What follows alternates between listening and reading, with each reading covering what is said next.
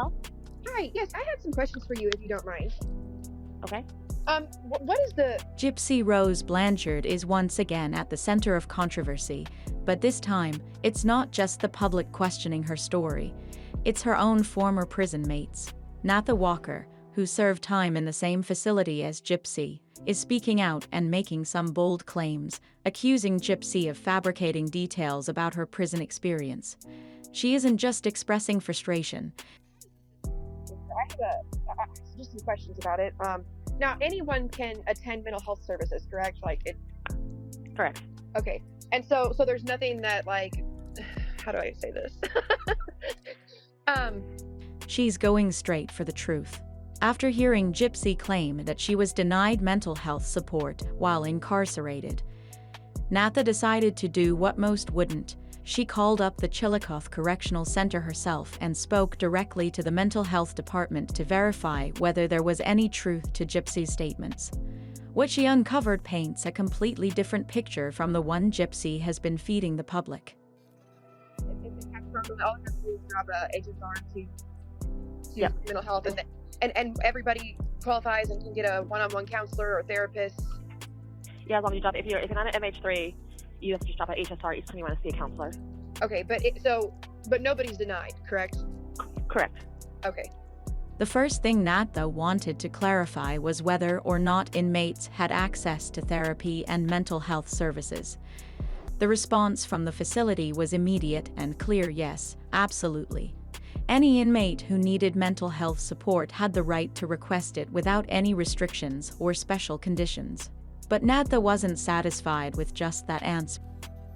So, if you're going to, this is the problem that I have with it. As an advocate for prison reform and for reentry and addiction, my thing is that if you're going to advocate, know what you're talking about, and don't try to advocate based. She wanted to dig deeper, so she pressed further, asking if therapy was limited only to those with severe conditions or if it was available to anyone who felt they needed it. Once again, the response was straightforward. Any inmate, regardless of their classification or mental health score, could walk into health services and request therapy whenever they wanted. Because then you damage advocacy. See, mental health was important to Kim K, and that's why you clung to it. You needed it to fit so you could get that interview with her. But you didn't have a freaking clue what you were talking about, and you still don't. You heard it from the prison themselves. You can have... There were no restrictions, no special qualifications, and no denials. Still not convinced, Natha asked whether there were ever cases in which an inmate might be turned away or denied access to therapy. The response was an undeniable no. The correctional facility provided consistent. You've heard it from former inmates. It's a lie. You can have one-on-one therapy. Anyone can. And you've heard it from Rachel. She got therapy, one-on-one therapy, for being afraid of mustard.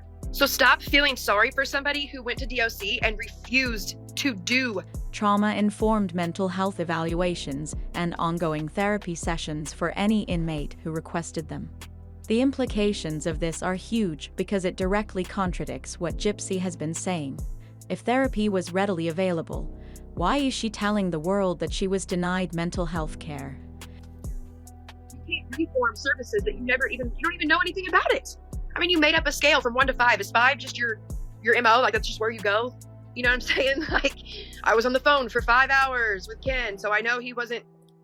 the scale was from 1 to 5. What's up with you in 5s? Just a good number to use in your lies, I guess. If you don't know the specifics about what we're trying to change in the system, and you're just out here pretending and making things up... The reality is that her claim wasn't just misleading, it was completely false. And what makes it even more questionable is that Natha herself had access to mental health resources while she was in the same prison. Other former inmates also confirmed the same thing: mental health support wasn't just available, it was encouraged. Take us back, because we could have somebody that's in your spot right now talking about the things that are actually going on, and in depth and in detail, and being more specific and being put in the right rooms with the right people to actually make a change and make a difference, and you're actually harming. So if Gypsy could have accessed these services at any time, the question remains, why didn't she take advantage of them? So either educate yourself, start getting plugged in with advocacy groups, know what you're talking about, or kindly sit down and shut up and stop lying. But like I said, I'm not done. I'm not. This isn't the first time Gypsy's version of events has raised eyebrows. There's a clear pattern in how she presents her story, picking and choosing details depending on what benefits her in the moment. I've been there before, actually, and I know this to be true, but like, I do advocacy work right now, you know, and I'm really battling the Gypsy Rose epidemic, pandemic, whatever it is you want to call it, you know, because she's had horrible. It's eerily similar to what she did in the past after all. This is the same woman who convinced the entire world that she was terminally ill, only for the truth to unravel in one of the most shocking cases of deception in modern history. About the prison and the mental health system there, and I just know better because I was there. I know that anybody can get mental health services, and if she wanted them, she could have had them, you know. Yep. So I just wanted to call and, you know, make sure nothing. Now, many are wondering if she's once again twisting the facts to fit a new narrative that suits her current image. Back when she was incarcerated, Gypsy made it known that she didn't think she needed therapy. Instead of seeking mental health support. Okay. All right. Well, those were my only questions. Okay, thank you. Thank you. Bye-bye. I told you I would prove you to be a liar, and I meant that. It's just day one. I'm not even done yet. She focused on getting her GED, which was her personal decision. Yet now, in a sudden shift, she's telling the world she was denied mental health care altogether. Didn't you say it was 1 to 5, right? Weird, because it was if you're a mental health 3. And by the way, since I know enough about that system, you know, when you do come in and you do your original, your intake, basically, you're receiving a diagnosis. This inconsistency has led to serious questions. If Gypsy truly believed therapy was unnecessary during her prison sentence, why has her story changed so drastically? Is she rewriting the past to gain sympathy? Is she trying to establish credibility in the prison reform movement? Or is this simply another calculated move to keep herself relevant in the public eye? Medical exams, are you 1 to 3, like level of severity? All right. So if you are not like schizophrenic or like you can't take care of yourself, basically, dang near, then, you know, you're not a level 3. Level 3 is for people that are kind of a little bit incompetent, or, you know, they hear voices. They need a higher level of. Natha isn't the only former inmate calling her out. Rachel, who was once one of Gypsy's closest friends in prison, has also come forward with some shocking claims. Unlike Natha, Rachel wasn't just another inmate. She and Gypsy met when Rachel was incarcerated with her. This was in 2016. They became really good friends. When Rachel got out, Gypsy asked her to make a TikTok account so that Gypsy could communicate with her supporters. She was one of Gypsy's biggest supporters, even after her release. She helped build advocacy platforms in Gypsy's name, defending her actions and standing by her side while she was still behind bars. Their friendship was so deep that Gypsy even became the godmother to Rachel's children. Her supporters would ask questions, she would send the questions to Gypsy, and then Gypsy would respond, and Rachel would post those in videos. She also shared some pictures back when Gypsy and Ryan were first in their relationship. When Rachel was out on parole, she tried to go visit. But the moment Gypsy walked free, she cut Rachel off completely, no warning, no explanation, just total silence. Rachel, feeling hurt and confused, chose to remain quiet at first. She had spent years believing in Gypsy. So instead, Rachel allowed her husband and children to go visit Gypsy while she was still incarcerated so that she still felt support. And Rachel's children were actually Gypsy's godchildren. Rachel stopped posting because fighting for her and helping her craft a new public image. But everything changed when she saw Gypsy sitting across from Kim Kardashian, pushing a false narrative about her experience in prison. followers and supporters don't really matter because when she gets out of prison, it's going to be all about making money. Now, allegedly, these supporters were also writing to the parole board in support of Gypsy getting parole. Any money that Rachel made from this TikTok account, she sent to Gypsy, and Gypsy was also getting donations from supporters through Rachel. People were asking Rachel, acting as though she had been a victim of a broken system. That was the breaking point. Rachel knew firsthand that Gypsy's claims about being denied therapy were a lie because she had experienced the prison's mental health services herself. She hadn't just heard about them, she had used them. And if there was any doubt about how accessible therapy was, Rachel's own experience proved otherwise.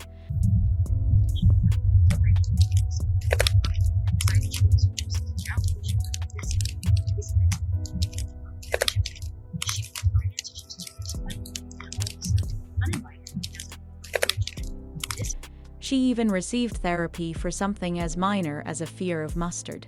What frustrated Rachel the most wasn't just the lies. It was the fact that Gypsy was using a false victim narrative to build her new public image. We were in jail together in Springfield, and I had read about her in the paper, and we just so happened to be on the same prison bus together. And I told her I wasn't right, that I knew who she was. Rachel had seen the real Gypsy, had shared private conversations with her, and had watched her make deliberate choices. She knew the truth. Gypsy wasn't denied therapy, she just didn't want it. And now she's rewriting history to make herself appear as a wronged victim. So she offered, kind of like in Forrest Gump, she's like, you can sit here if you want to. So we rode together to prison, and I got car sick, so she offered me her shoulder, so I slept. Rather than someone who made conscious decisions about her life while in prison. This controversy is no longer just about Gypsy. It's about how her actions are affecting real prison reform efforts. People like Natha and Rachel, who actually understand the system, are speaking out because they see the harm in letting someone like Gypsy hijack a movement built on real struggles. Just getting to know each other, and we just kept in contact. I named my daughter after her. My brother was murdered a month before I got out, and if I wouldn't have had my friend, I probably wouldn't have came out a better person. She encouraged me to do better, and it's kind of how we know each other. If Gypsy is willing to bend the truth to fit her narrative, then how can anyone trust her intentions when it comes to advocating for reform? According to real prison reform advocates, meaningful change requires real knowledge, real work, and real commitment. It's about working with organizations, attending meetings, drafting policies, and putting in actual effort to help incarcerated individuals. Gypsy Rose Blanchard, however, You're going to, this is the problem that I have with it as an advocate for prison reform and for reentry and addiction. My thing is this, is that if you're going to advocate, know what you're talking about, and don't try to advocate based. Has spent her time post-prison focusing on celebrity status, launching makeup brands, securing interviews, and riding the wave of her newfound public persona. So, where exactly is the prison reform she claims to be passionate about? Because then you damage advocacy. See, mental health was important to Kim K, and that's why you clung to it. You needed it to fit so you could get that interview with her. But you didn't have a freaking clue what you were talking about, and you still don't. You heard it from the prison themselves. You can have. Natha Walker is raising some hard-hitting questions. What organizations is Gypsy working with? What meetings has she attended? What policies has she helped draft? Where is she volunteering? The answer, nowhere. That's why Natha is taking a stand. She is rallying real prison reform advocates to ensure that Gypsy doesn't get away with spreading misinformation at the expense of those who are actually doing the work. You've heard it from former inmates. It's a lie. You can have one-on-one therapy. Anyone can. And you've heard it from Rachel. She got therapy, one-on-one therapy, for being afraid of mustard. So stop feeling sorry for somebody who went to DOC and refused to do. Advocacy isn't just about throwing around buzzwords in interviews or standing next to high-profile figures. It's about action. It's about rolling up your sleeves and doing the work when the cameras aren't rolling. It's about sitting in on meetings, drafting policies, and working directly with those who have experienced the broken system firsthand. So, what has Gypsy actually done? Natha is convinced it's the latter, and she's not alone. More and more people in the advocacy space are questioning Gypsy's motives. If she were truly invested in reform, You can't free-form services that you don't even know anything about it. I mean, you made up a scale from 1 to 5. Is 5 just your MO? Like, that's just where you go? You know what I'm saying? Like, I was on the phone for 5 hours with Ken, so I know he wasn't, the scale was from 1 to 5. What's up with you in 5s? Just a good number to use in your lives, I guess. If you don't know the specifics about what we're trying to change in the system, and you're just out here pretending and making things up, She would be aligning herself with established organizations, listening to formerly incarcerated people who have dedicated their lives to this cause, and actually putting in the work. Instead, all the evidence suggests that Gypsy is using the cause as a stepping stone to maintain her celebrity status. And for Natha, that's unacceptable. This isn't just about Gypsy's personal brand, it's about real lives and real change. Gypsy has built her public image on carefully crafted narratives, shifting her story depending on what sells best. Setting us back, because we could have somebody that's in your spot right now talking about the things that are actually going on and in depth and in detail, and being more specific and being put in the right rooms with the right people to actually make a change and make a difference. And you're actually harming. But this time, the facts are against her. Mental health services were available in prison. She just chose not to access them. Now, she's trying to rewrite history to boost her image. But Natha isn't having it. She has made it clear this is just the beginning. She won't let Gypsy exploit prison reform for personal gain, and she is ready to keep exposing the truth until Gypsy is held accountable. The stakes are bigger than just Gypsy's credibility. This is about real prison reform, a cause that affects thousands of people who actually need change. When someone like Gypsy manipulates a narrative for personal gain,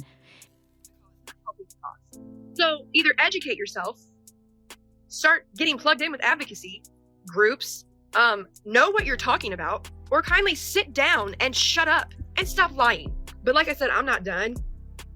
it diminishes the voices of those who are truly fighting for reform. And Natha isn't alone in her frustration.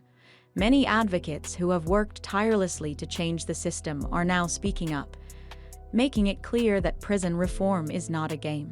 It's not about getting clicks, interviews, or rubbing elbows with celebrities. It's about making real, tangible change. And if Gypsy isn't in it for the right reasons, then she shouldn't be in it at all. So, what do you think? Will Gypsy successfully push her prison reform narrative? Or will Natha and other real advocates shut down her false claims? Will the public see through the deception, or will Gypsy continue to capitalize on her past to stay relevant? If you enjoyed this video, don't forget to like, subscribe, and turn on those notifications so you never miss the latest tea. And trust me, there's always more where this came from. Until next time, stay messy, stay curious, and I'll catch you in the next one.